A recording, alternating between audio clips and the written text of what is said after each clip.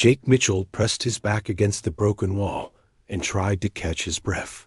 His left shoulder burned with pain, where the metal piece had cut through his armor. Blood ran down his arm and dripped onto the dusty ground. The sounds of gunfire echoed from somewhere behind him, but they seemed far away now. He had been running for 20 minutes since the explosion separated him from his team. The enemy had hit their position hard and fast. One moment Jake was talking to his squad leader about their next move, and the next moment everything was fire and smoke and screaming. When the dust settled, Jake found himself alone in the ruins of what used to be a small town. The planet Kepler felt like hell under the red sun. The air was thin and tasted like metal. Everything here was either broken or burning. Jake had been fighting on this world for 3 months now, and he still hated every day of it. The war between humans and the Hegemony Empire had turned this peaceful place into a nightmare. Jake checked his rifle and counted his remaining ammunition. Not much left. He needed to find his way back to the human base, but first he had to figure out where he was. The buildings around him were strange and tall, with curved walls that looked like they were grown instead of built. This was a Zephyrian town, or at least it used to be before the war came here.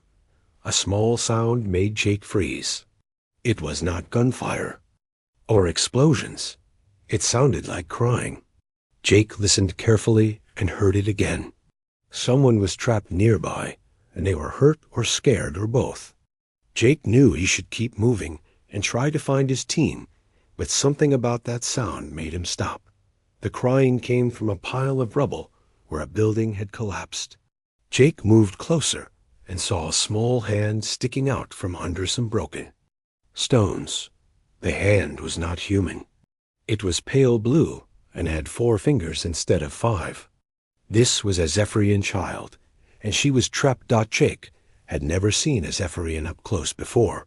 He knew they were peaceful people who looked almost human, but with blue skin and strange eyes that glowed softly.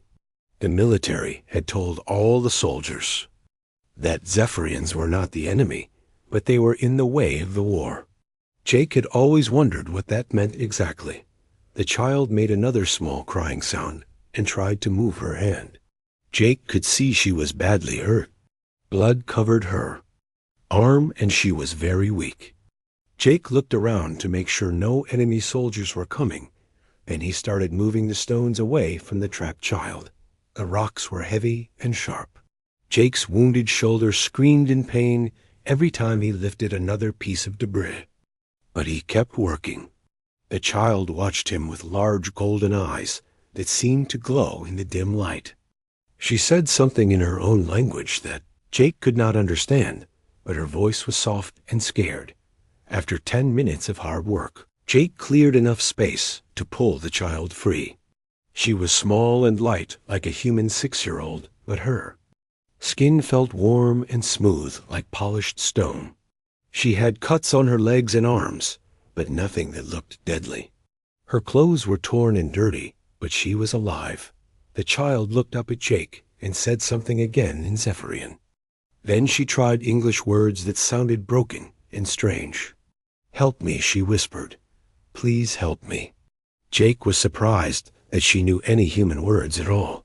Most Zephyrians stayed away from humans, and few of them learned English. Jake heard the sound of vehicles coming closer. The engine noise was wrong for human military trucks. These were hegemony forces, and they were searching the area. Jake had to move fast, or they would both be captured or killed. He looked down at the injured child and made a decision that would change everything. "I will help you," Jake said quietly. He tore a piece of cloth from his uniform and wrapped it around the worst of her cuts to stop the bleeding. The child winced but did not cry out. She seemed to understand that they had to be quiet now. Jake picked up the child and put her on his back. She was heavier than he expected, and his wounded shoulder felt like it was on fire, but he gritted his teeth and started walking. The child wrapped her thin arms around his neck and held on tight. Her breath was warm against his ear, and he could feel her heart beating fast with fear.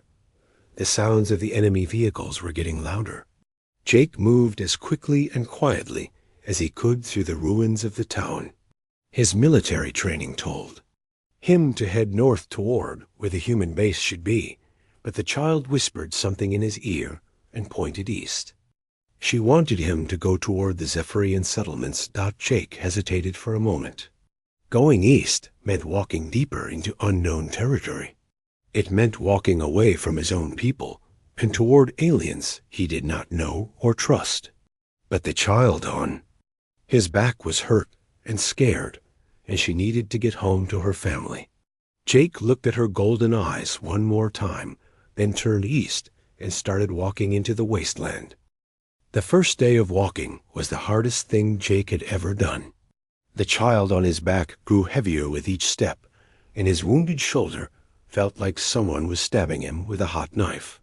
The red sun beat down on them without mercy, and Jake's water was running low.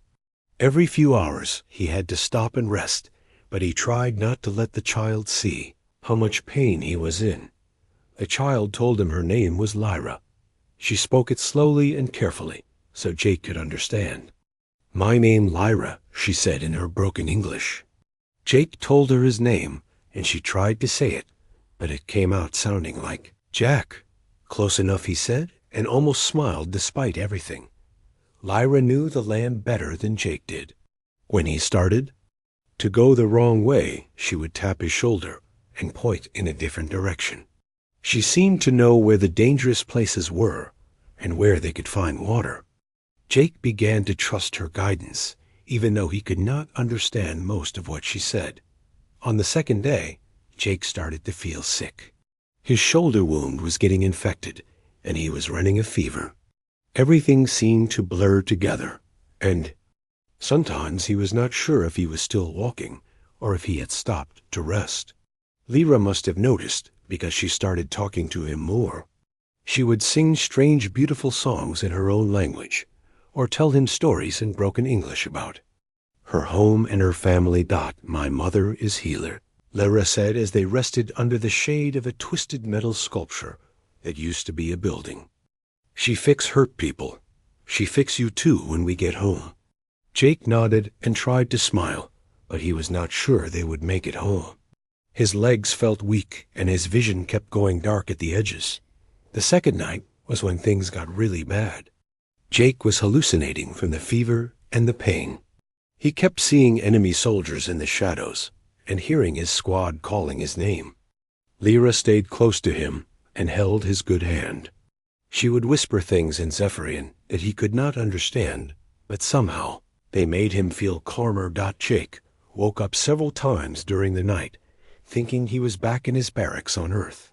He would try to get up and go to morning formation, but then he would see Lyra's golden eyes watching him with worry and remember where he was. The child looked tired and scared, but she never complained. She just stayed with him and tried to help however she could. On the third day, Jake could barely walk.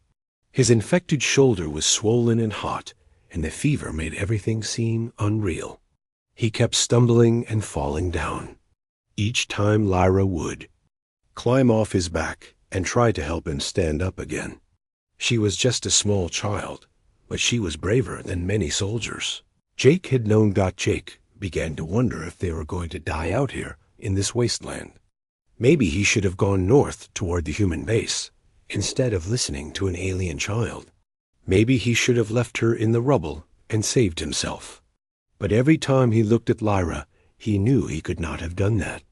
She was just a kid, and she was counting on him to get her home safely. During their rest stops, Lyra would find things to eat.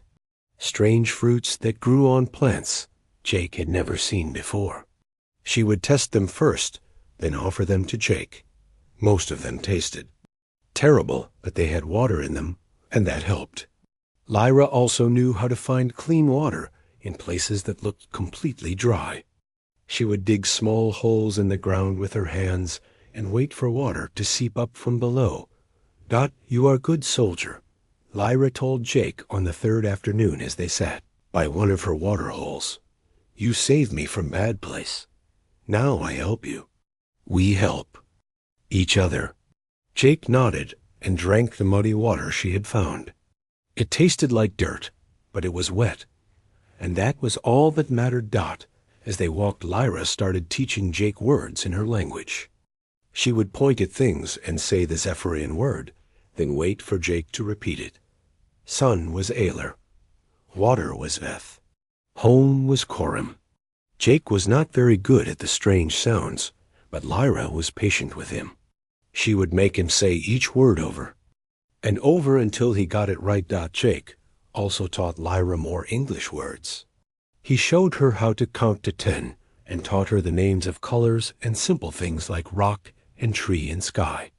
She was quick to learn and seemed happy when she got something right. Despite everything they were going through, Jake found himself enjoying these lessons. It gave them something to do besides just walking and herding. Late on the third day, Jake saw something in the distance that made his heart jump. Smoke was rising from behind a low hill, and it looked like cook smoke, not battle smoke. Lyra saw it too and got excited. She started talking rapidly in Zephyrian and pointing toward the smoke. Jake could not understand the words, but he could tell she thought they were close to safety. Jake used the last of his strength to climb the hill. When he reached the top, he saw a small camp in the valley below. There were maybe 30 Zephyrian, tents arranged in a circle, with cooking fires burning between them. Children played in the dust, while adults worked on various tasks. It looked peaceful and normal and wonderful. Lyra was crying now, but they were happy tears. She pointed down at the camp and said over and over, "Corum, Corum. Home." Jake started down the hillside toward the camp, but his legs finally gave out. He fell forward and felt Lyra roll off his back as they both tumbled down the slope. When Jake opened his eyes, he was lying on the ground, just outside the camp. Zephyrian adults were gathered around them, talking quickly in their own language. Lyra was sitting up and seemed okay, but she was pointing at Jake and saying something urgent. Jake tried to sit up, but everything went black, and he fell back down into unconsciousness. Jake woke up in a soft bed inside a tent that smelled like flowers and herbs. His shoulder was wrapped in clean bandages, and the burning pain was mostly gone. Someone had taken off his dirty uniform and dressed him in simple clothes that felt smooth against his skin. For a moment, he wondered if he was dreaming, but then he heard voices speaking Zephyrian outside the tent. A woman entered the tent, carrying a bowl of something that steamed and smelled good. She was tall for a Zephyrian with the same blue skin and golden eyes as Lyra, but older and more serious looking. Her hair was long and white, and she moved with the calm confidence of someone used to being in charge.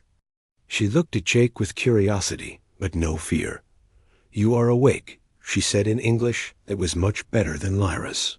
"This is good. You have been sleeping for 2 days." Jake tried to sit up, but felt dizzy. The woman gently pushed him back down onto the bed. "You must rest more," she said. "Your body fought hard against infection, but you are healing now. Where is Lyra?" Jake asked. "Is she okay?" The woman smiled, and it made her whole face light up. "She is fine, thanks to you. She is outside playing with other children. She has told everyone about the brave human soldier who carried her through the war zone. You are quite famous here now." Jake felt relieved to know Lyra was safe. That was all that really mattered. He had done what he set out to do, even if he nearly died doing it. The woman fed him soup from the bowl she had brought. It tasted like nothing Jake had ever eaten before, but it was warm and filling and made him feel stronger. Eva," she said as Jake finished the soup, "in your language. You would say Avatar, but Eva is easier for humans to speak. I am Lyra's mother." Jake looked at her with surprise. She looked too young to have a 6-year-old daughter, but then Jake remembered that Zephyrians aged differently than humans did. "Thank you," Eva said quietly. "You saved my daughter's life.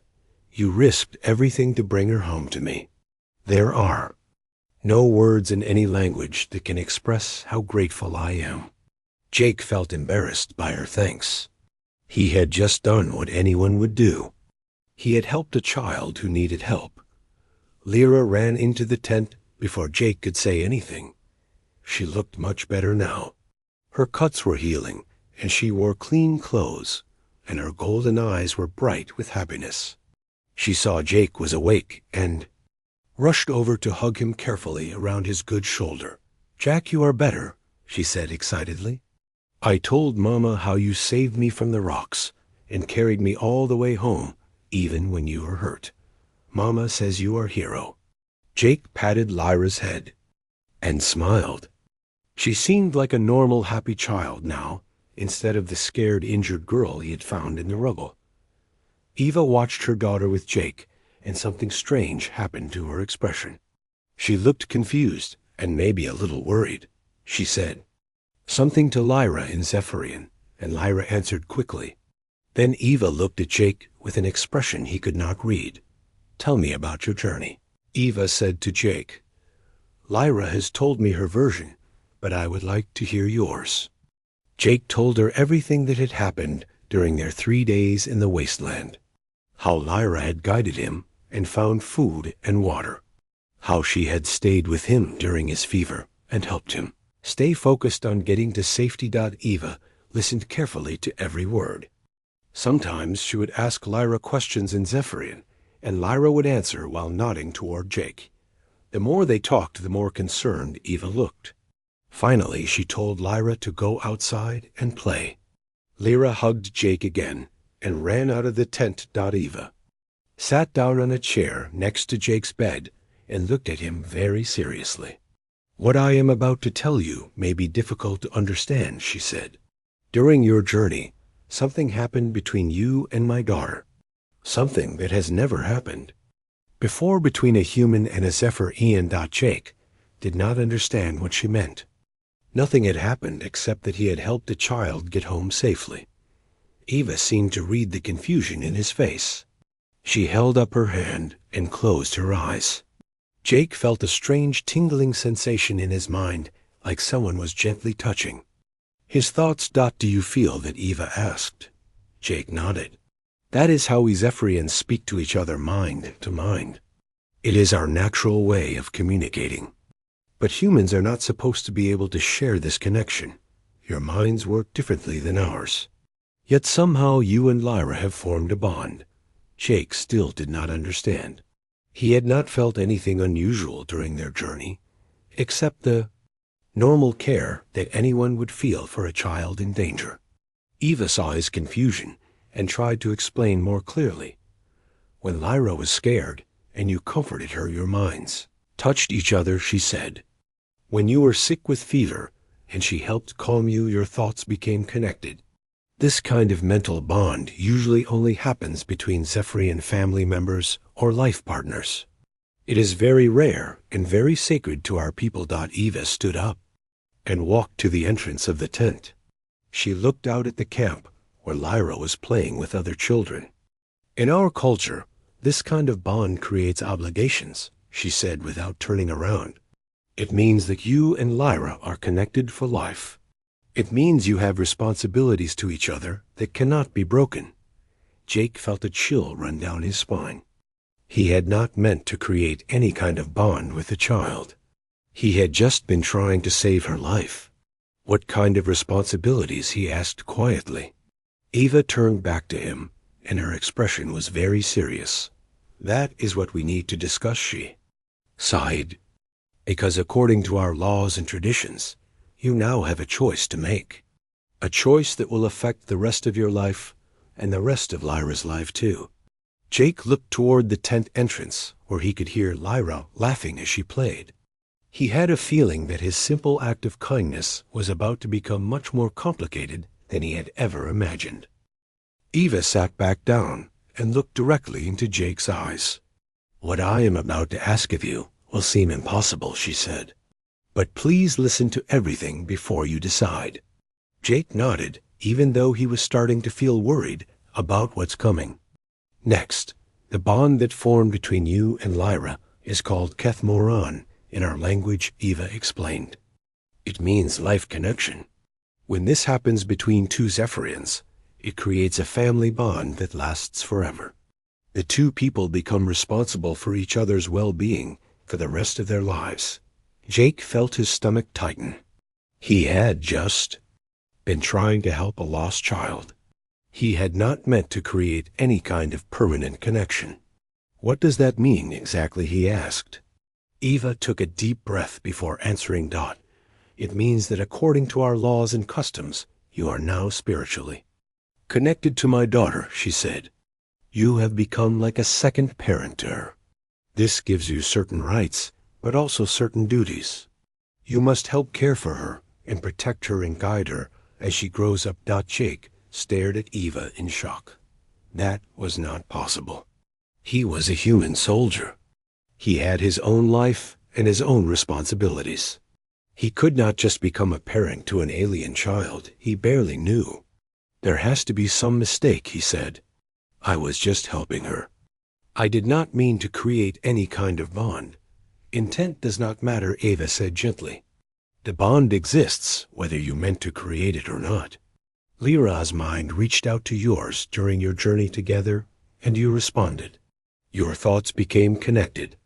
This has never happened between a human and a Zephyrian before, but it is real, and it is permanent. Jake tried to think of a way out of this situation. What if I just leave, he asked. What if I go back to my military unit and pretend this never happened? Ava's expression became very sad and worried. If you break the bond, now it will cause severe damage to Lyra's mind, she said. She is just a child, and her telepathic abilities are still developing. Losing a Kethmoran connection suddenly could destroy her ability to communicate with other Zephyrians. She might never be able to form proper mental bonds with anyone else. Jake felt trapped. He had saved Lyra's life, but now it seemed like his kindness had created an impossible situation. What exactly are you asking me to do? He said. Eva leaned forward and spoke very seriously. I am asking you to formally accept the life bond, she said. To stay here on this planet and learn our ways. To help me raise Lyra as if she were your own daughter. To become part of our family and our community. Jake felt like the tent walls were closing in around him. I cannot do that, Jake said. I am a soldier. I have duties to my own people. My commanding officers will be looking for me. I have a life back on Earth that I need to return to. Eva nodded as if she had expected this answer. I understand this is difficult, she said. But please consider what refusing would mean for Lyra. She has already lost her father in the war. Her home was destroyed. I am all the family she has left except for you. If you abandon her now, it will break something inside her that can never be fixed. Jake put his head in his hands and tried to think. Everything Eva was telling him sounded impossible, but he could see the sincerity in her golden eyes. She truly believed that he and Lyra were connected in some mystical way. But even if that were true, how could he give up everything he had worked for his entire life? Before Jake could say anything, they heard the sound of aircraft approaching the camp. Eva went to the tent entrance and looked up at the sky. Her expression became worried. Those are human military vehicles, she said. They have found us. Jake felt both relief and dread. Relief because his rescue had finally arrived, but dread because he knew this would complicate everything even more. Eva turned back to him with urgency in her voice. Your people are coming for you, she said. You must decide now what you are going to tell them. 2 human soldiers entered the tent before Jake could answer. One of them was Colonel Lisa Hayes, his commanding officer. She looked at Jake with a mixture of relief and anger. There you are, Mitchell, she said. We have been searching for you for 6 days. Where the hell have you been? Jake tried to explain what had happened, but Colonel Hayes cut him off. Save it for the debriefing, she said. Right now, we need to get you out of here. This area is not secure, and we have reports of enemy activity nearby." She gestured for Jake to get up and follow her. Jake looked at Eva, who was watching everything with worried eyes. He looked toward the tent entrance where he could hear Lyra playing outside. She did not know yet that the humans had come to take him away. Colonel Hayes noticed Jake's hesitation. "Is there a problem, Mitchell?" she asked. Jake realized he was at the moment of decision that Eva had warned him about. He could go with his commanding officer and return to his old life, or he could stay and accept responsibilities he had never asked for. Sir Jake said slowly, "There are some complications." Colonel Hayes raised an eyebrow. "What kind of complications?" Jake glanced at Eva, who gave him an encouraging nod. He took a deep breath and began to explain about Lyra and the bond and everything that had happened during their journey. Colonel Hayes listened with growing disbelief. When Jake finished talking, she stared at him for a long moment. "Mitchell," she said finally, "you have been through a traumatic experience. You are clearly suffering from some kind of stress reaction. We need to get you back to base for proper medical evaluation." Jake realized that Colonel Hayes would never understand or accept what Eva had told him about the mental bond. To her, it would sound like alien nonsense or the hallucinations of a wounded soldier. But Jake had felt something during those 3 days with Lyra, something he could not easily explain or dismiss. Lyra ran into the tent at that moment and saw Jake talking to the strange humans in military uniforms. She looked scared and confused. She ran to Eva and hid behind her mother while staring at Jake with worried eyes. Colonel Hayes looked at the child with impatience. "We need to leave now, Mitchell," she said. "That is an order." Jake stood up slowly and looked down at Lyra. Her golden eyes were full of fear and sadness. She seemed to understand that the humans had come to take him away from her. The decision Jake made in the next few moments would change everything for both of them. Jake looked at Colonel Hayes and then at Lyra, who was still hiding behind her mother. The child's golden eyes were full of tears and fear. She understood that the human soldiers wanted to take Jake away from her. She whispered something in Zephyrian to her mother, and Eva translated quietly. "She is asking if you are leaving her forever," Eva said. "She wants to know if she did something wrong to make you go away." Jake felt his heart break at those words. This innocent child thought she had somehow caused him to abandon her. Colonel Hayes stepped forward impatiently.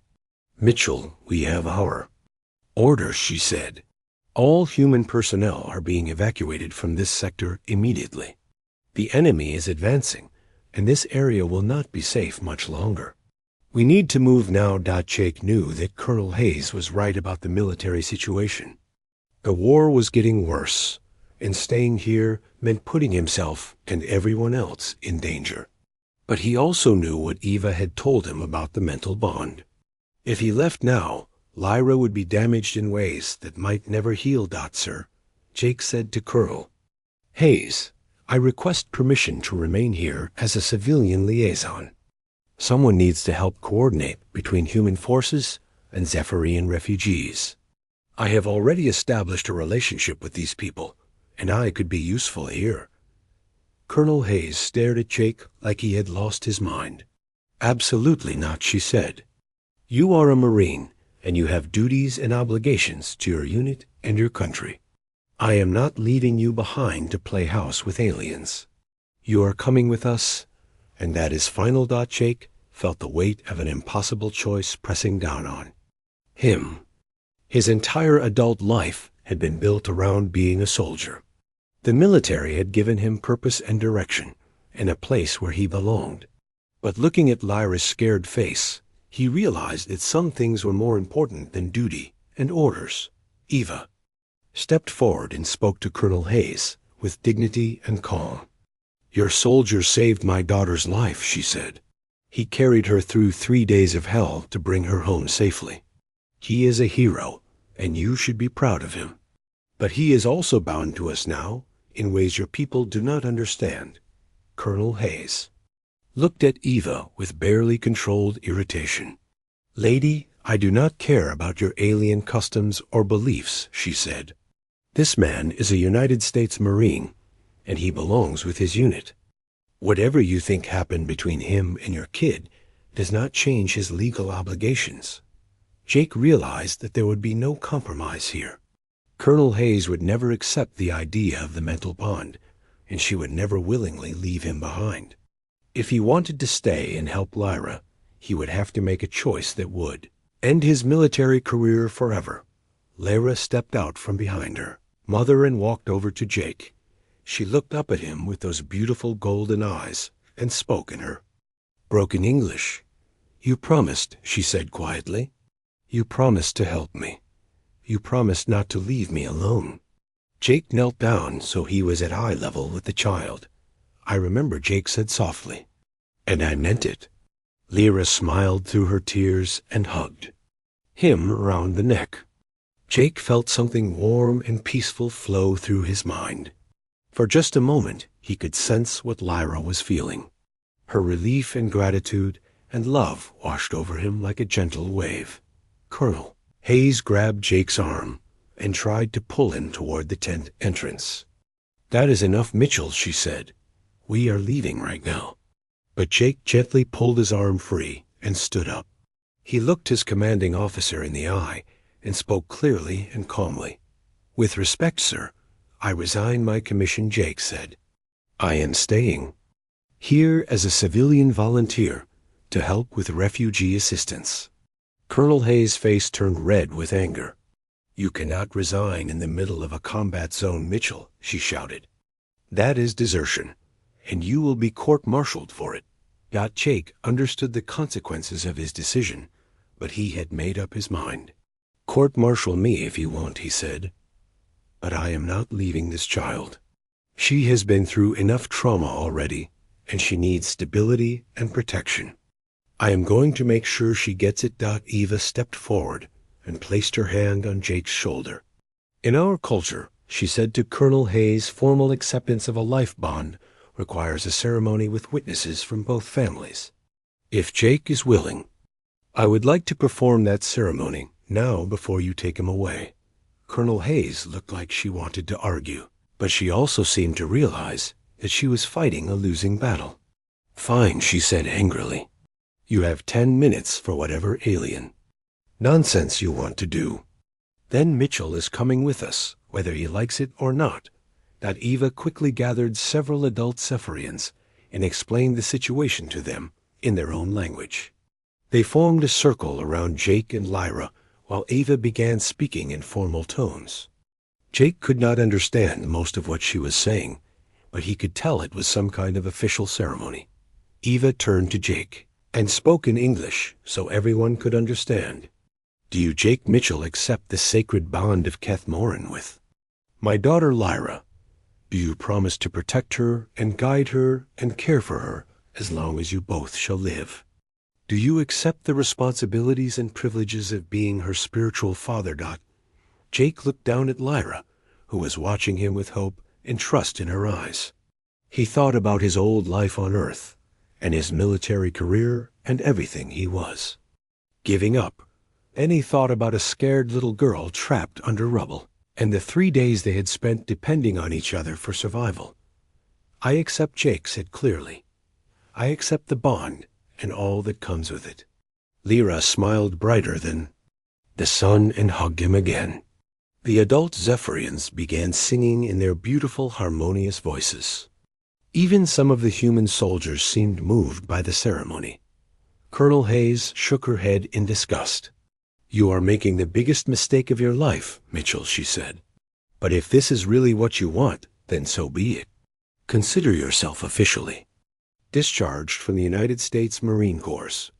Jake saluted his former commanding officer one last time. As the human military vehicles flew away, Jake felt both sadness and peace. He was giving up everything he had known, but he was also gaining something precious and rare.